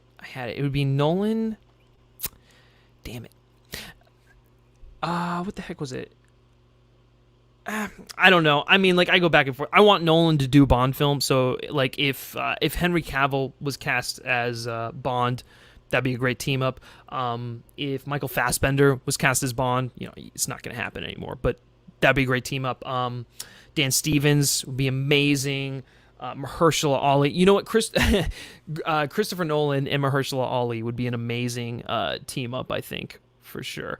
Maybe, John Boyega and, there was one I saw recently. John Boyega and Spike Lee would be amazing. I think for sure, but I don't know. That's one I gotta think about it. I don't have like a dream one off the top of my head for whatever reason, but yeah. Anyways, thanks for the question. Really appreciate it. Let's see. Okay. Okay, movie files here. Thoughts on Ryan Gosling starring in The Wolfman and maybe directing it. So I didn't read the full report on that. So I guess Ryan Gosling is potentially rumored for directing it, which would be crazy. I don't think he's directed anything. That'd be very, very interesting. But in terms of Ryan Gosling just starring as the Wolfman, great casting, really inspired, different. I think I read somewhere that he's a fan of like the classic Universal monsters. He might even be a fan of the Wolfman specifically. So I don't know. It just gets me more excited. Like these are the kind of things that like I like. I like, I think The Invisible Man really set the precedent for what these Universal monster films can be. We can take it in a more, modern, socially relevant context. And so if they're going to do that with the Wolfman and someone like Ryan Gosling, just in a transformative role that we've never really seen from him before, that's exciting. And he's just like, one of the best actors working in the business. So absolutely, I think he'd be a great Wolfman for sure. But yeah, I don't know if Gosling isn't directing it, which is what I guess you're kind of saying there. I don't know, man. I don't know who I'd want to direct Wolfman. I mean, obviously everyone goes to Guillermo del Toro just because of his fascination with creatures and whatnot, and I think he'd do a really good job, especially with the practical effects. But yeah, I don't know. I'd have to think on that one. But I don't know. Karen Kusama doing Dracula, if that's any indication, I think they're gonna go inspired with all of that. So okay, going down here. Oh, I see we got a super chat. So thank you so much, Marshall Boy. Really, really appreciate it. Sending my donation, appreciation you doing this. And I was sad there's no podcast with Sean. Yeah, Sean and I just kind of made the decision that we were gonna push it to next week. Just let the week kind of let us focus on more important issues and whatnot. So okay. You ask movie recommendations like Do the Right Thing. I mean, if you like Do the Right Thing, just go through Spike's entire filmography. Like he's just one of those filmmakers that's just, he's not going to be blunt, or he's going to be blunt about how he feels and what he's saying. And everything, every movie that he's made has, in some way, shape, or form, is sort of just like a hand grenade that just really like it hits you and knocks you on your ass. So yeah, I don't know. That would yeah, I mean, I really just go through Spike's filmography. Obviously, if you're gearing up for Da 5 Bloods, which is coming out next week, I would recommend doing that, and then also watching that film when it comes out. If you're looking for more, just like socially conscious movies that talk about what's going on in the world right now. If Beale Street Could Talk, beautiful. Blind Spotting, incredible, and super underrated, really slept on. Although I think more people are finding it. Gosh, I'm trying to think. Someone actually earlier in the chat they mentioned Monsters and Men, which is a really, really good movie with John David Washington that I don't think enough people saw. I mean, my God, there's so many. I mean, Selma's now free to watch. Just Mercy is free to watch. Go check those films out. Those are all great. But thank you so much for the super chat, man. I really, really appreciate it, and just know that your money is going to a good cause. So thank you for that. Okay. And actually, Shifty brought up a great point. Lahane, 1995 movie, that he was talking about, that was on the Criterion Channel. So if you're looking to branch out and some different kind of films, definitely check that out. Especially because he just said it's one of his top 3 movies of all time. So that's a glowing recommendation if I've ever heard one. And then Owen Likes Comics, thank you. That was actually the one that I forgot, but I mentioned yesterday when I was talking to someone. Detroit is also very underrated. That one just, it obliterates you, and it's very, very relevant to what's going on right now. So give those ones a watch for sure. Going back here in the chat. Again, I'll probably take maybe like 3 to 5 more questions, maybe a little less depending. But don't worry, guys. We will be having another stream tomorrow at 10 a.m. It's the weekly, Saturday Q&A. I'm going to be joined by Christian Eulenberg, who's actually in here in the chat from Cinemania World Podcast and the Film Optics YouTube channel. Going to be joined by him. 3C is going to be back, and Hannah Ringwald from the Cinemania World Podcast is also going to be on. So we're going to have a great show tomorrow as well. So be sure to tune in for that. Okay, let's see. Okay, Ryan is in here. Thanks, Ryan, for joining. Really appreciate it. He says, what is your top 5 Best Picture winners of all time? Oh, God, I don't want to fuck this up. But let's see if I can go off the top of my head. In no particular order. Birdman. Now I'm blanking. No, I'm blanking. All right, now I'm going to have to look this up. I know Birdman is one. I mean, is it Gladiator for sure? Let's see. I want to do this question justice. Let's see. Birdman is definitely my favorite though. I mean, Parasite, just because of what it sort of did and everything, and the statement that it made. That's an amazing one. But let's see. Rocky's a really good one. Man, let's. Oh yeah, okay, all right. No, I'm getting a little bit. Okay, so I don't know why I blanked. This always happens when I'm just on camera. When someone asks me a question, and I'm just kind of like, oh shit, what is it? Okay, so Birdman, The Departed. No Country for Old Men. I love that one. American Beauty, and damn,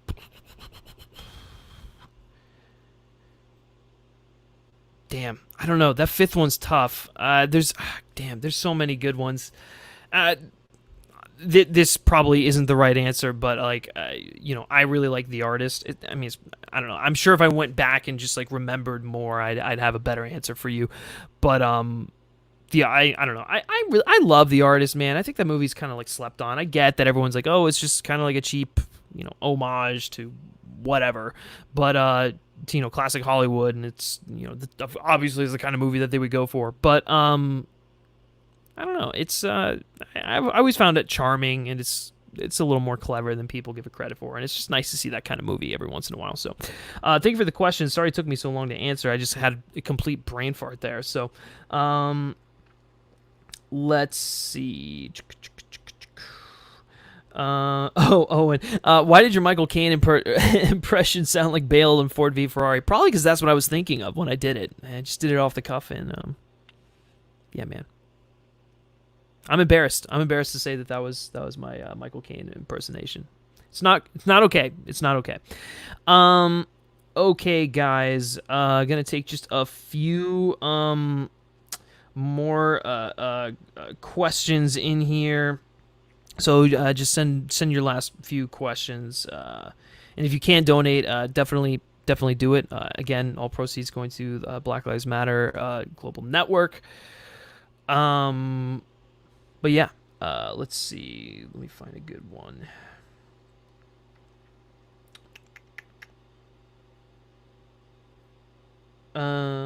Okay, we got him one here from Lewis 13AFCB asks, what is your favorite Adam Sandler comedy? Well, okay.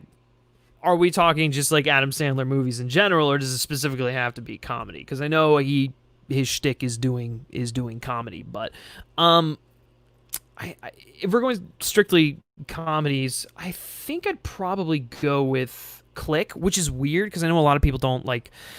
People are like, oh, it's good, but oh my gosh, Happy Gilmore, Billy Madison, Big Daddy, stuff like that. I really like all those movies, even The Wedding Singer for sure. But Click is one of those movies. It's it's funny. obviously it's kind of doing a riff on It's a Wonderful Life, but like it's also really emotional and impactful at the end. So I like that it kind of gives you a balance of everything in there. And it's great. I just remember watching it a lot as a kid when it came out and just loving it. So I'd probably go with that one. Oh yeah, Ryan, you didn't have The Godfather on your list. Yeah, I mean, it's the internet answer. In the words of our editor, Clayton Davis, that's the internet answer. I can't go with The Godfather, even though you're right. It probably would be The Godfather on there. All right, so let's take one more question. Let's make it a really good one. We'll do one more question, and then we'll close this thing out. Again, guys, there will be another Q&A stream tomorrow morning, 10 a.m. Same deal. All proceeds going to the Black Lives Matter Global Network. You can donate either via Streamlabs, Super Chat, the monetization from the video, but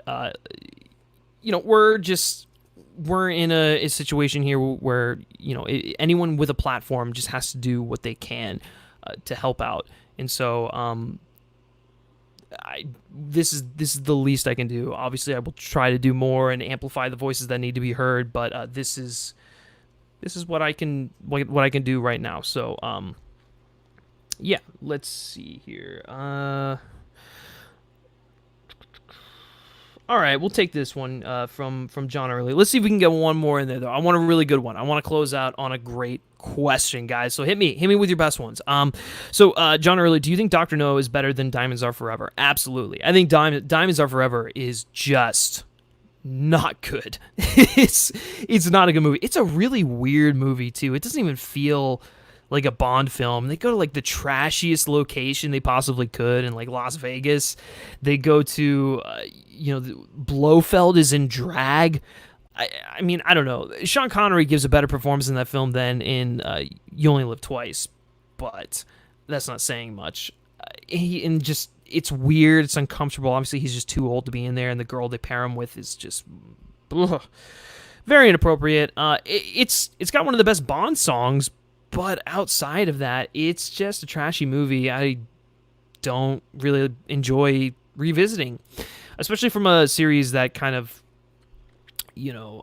prides itself on being classy and whatnot. So that's all I got to say about that.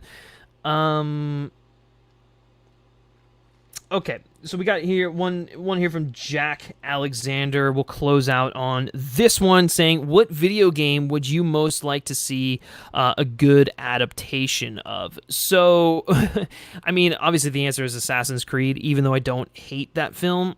There are, I'd like to see it done better, and I'd like to see more of those movies. It's my favorite video game franchise of all time, so obviously let's see a truly great Assassin's Creed movie. I mean, the other one would be like Uncharted, and I know they're doing an Uncharted film, but I mean, does anyone like Ruben Fleischer? Does anyone think it's going to be good? Mark Wahlberg as Sully, even Tom Holland as Nathan Drake. Like, I love Tom Holland, but I'm not feeling that movie. I don't think it's going to be good. So after that one comes out, crashes and burns, then we can look forward to the inevitable Uncharted remake. That's one that I'd love to see a good adaptation of for sure. Mass Effect if they got it right, but that one's really tricky. Okay. This will be the last question here for real this time. So from Movie Files, pick one from each category to make the perfect film: director, writer, actor, actress, cinematography, producer, and studio. Oh boy, this is I'm gonna forget a lot of things. So I want Warner Brothers to produce. Yeah, let's do it. All right. Warner Brothers to produce a Bond film. So your producers are going to be Michael G. and Broccoli. Cinematography by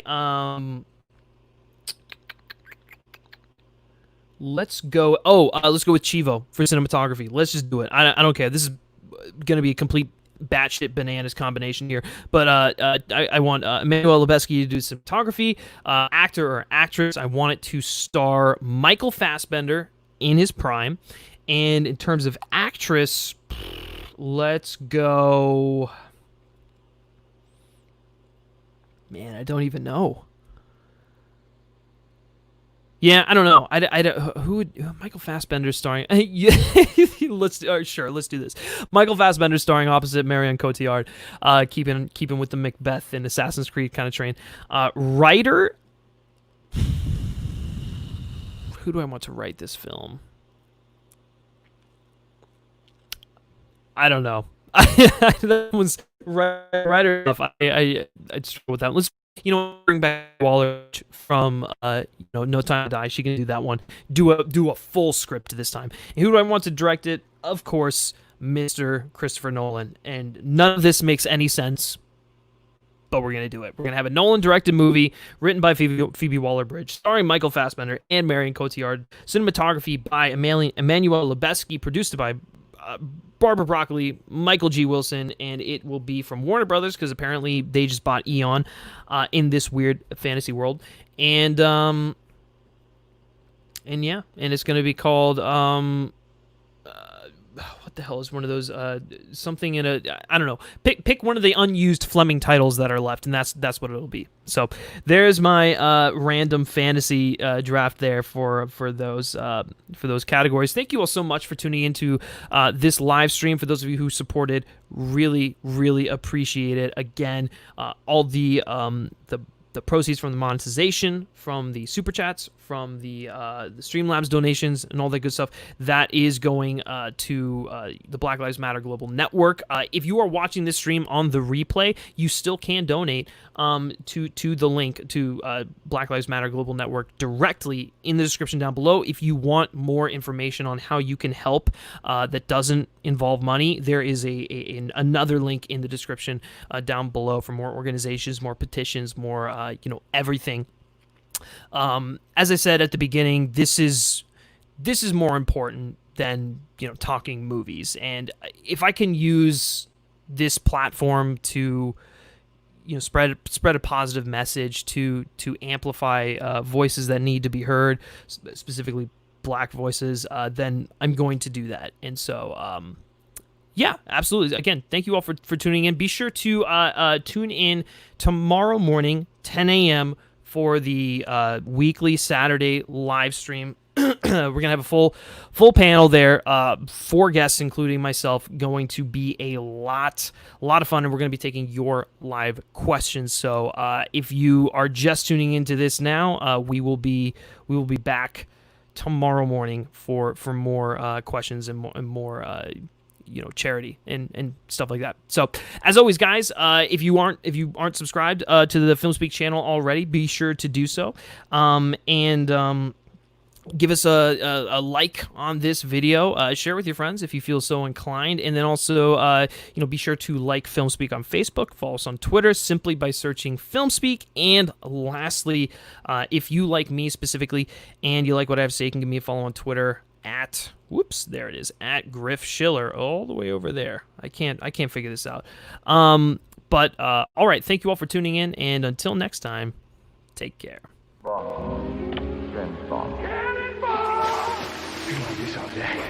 Did you rub my lamp? That was some generation.